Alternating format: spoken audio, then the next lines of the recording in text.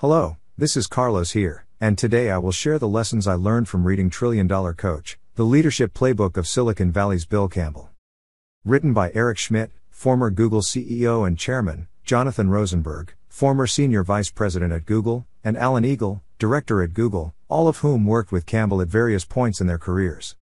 Before going to the actual lessons, let's see who Bill Campbell was. Bill helped to build some of the most impressive companies in Silicon Valley, including Apple, Google, and Intuit, allowing him to create over $1 trillion in market value. Bill started his professional life as head football coach at Columbia University. He struggled as a coach and had 6 straight losing seasons. Bill was focusing on making his players succeed in life more than in the field. He was more interested in his players' well-being than in winning games. Once he decided to move to the business world, he excelled as an executive at companies like Kraft, Kodak, and Apple, and then as the CEO of Intuit. But he never stopped being a coach. He believed in a coaching style that was direct, honest, and supportive, and he worked to create a culture of trust and open communication within organizations. Now let's go over the top 10 lessons I learned from the book. Lesson number 1. It is the people. We see that many organizations say the people are their most valuable asset, but the reality is usually quite different. Bill learned during his career that success is achieved with people. He even developed an It's the People manifesto when he led Intuit. Bill often repeated this manifesto by heart to the people he coached. The manifesto has phrases like, "People are the foundation of any company's success.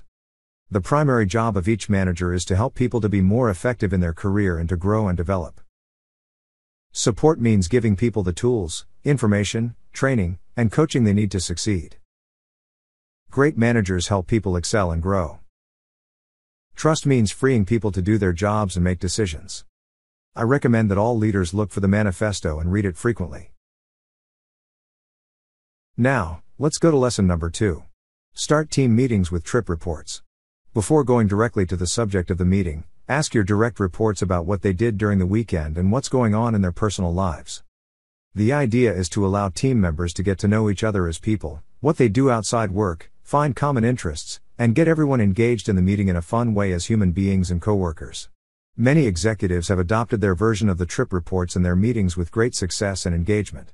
Try it. At the beginning, it might be awkward, and you might get some pushback, but insist on the trip reports, and you will reap the rewards of a more integrated team.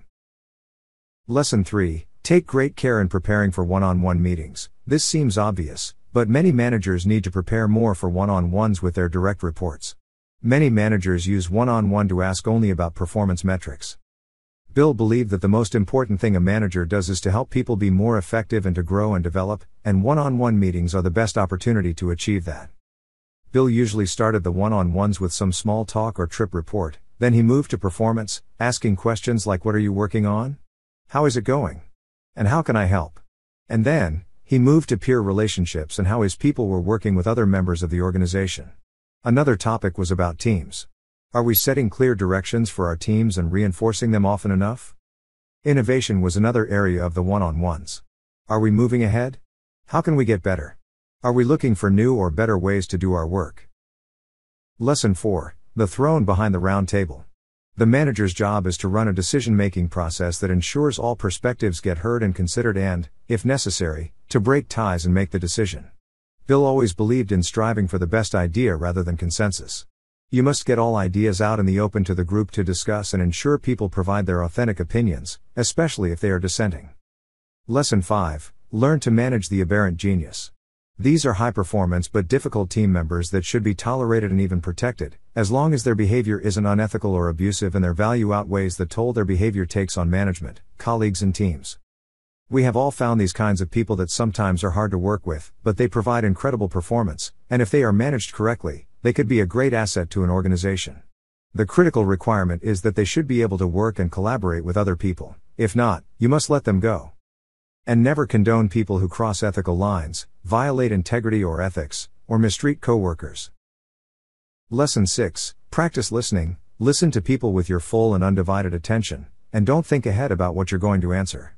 Listening helps to build trust with employees and create a positive work culture. When listening to your people, don't check your phone or email, give your full attention to the person you are talking to, and show empathy towards others. Once you have listened and understood the issue, then ask questions.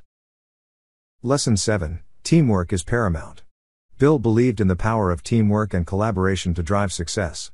Teams are only successful if every member is loyal and people put personal agendas aside. The team wins have to be the most important thing to everyone.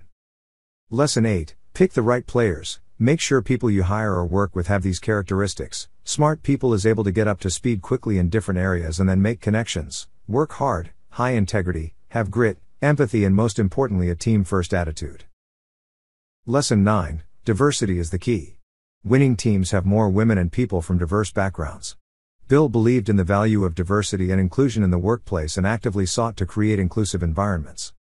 Bill recognized that diverse teams were more representative of the customers and communities that the company served and therefore were better equipped to understand and address their needs. He worked to create a culture of respect and inclusivity at the companies he led, and fostered open communication and collaboration among team members. Bill believed that workplace diversity was not only the right thing to do, but also a key element of a successful business. Lesson 10. Leaders have empathy. Empathy is the ability to understand and share the feelings of others. Bill believed that empathy was a crucial leadership quality because it allows leaders to connect with their team members on a deeper level and understand their needs and concerns. He encouraged leaders to be empathetic and compassionate and to take the time to listen to their team members and understand their perspectives. Empathy is essential for building trust and creating a positive work culture, and Bill encouraged leaders to cultivate this skill to become more effective and influential. And these were the 10 lessons that I learned from $1 Trillion Coach. It is the people. Start team meetings with trip reports. Take great care in preparing for one-on-one meetings. The throne behind the round table. Learn to manage the aberrant genius. Practice listening. Teamwork is paramount. Pick the right players. Diversity is key. Leaders have empathy. And there are many more lessons in the book. I highly recommend to read it. I will reread and consult this book many times in the future. Thank you so much for watching. I hope you found this video helpful and informative. If you enjoyed the content, please make sure to hit the like button and subscribe to my channel. Thanks again for watching, and I'll see you in the next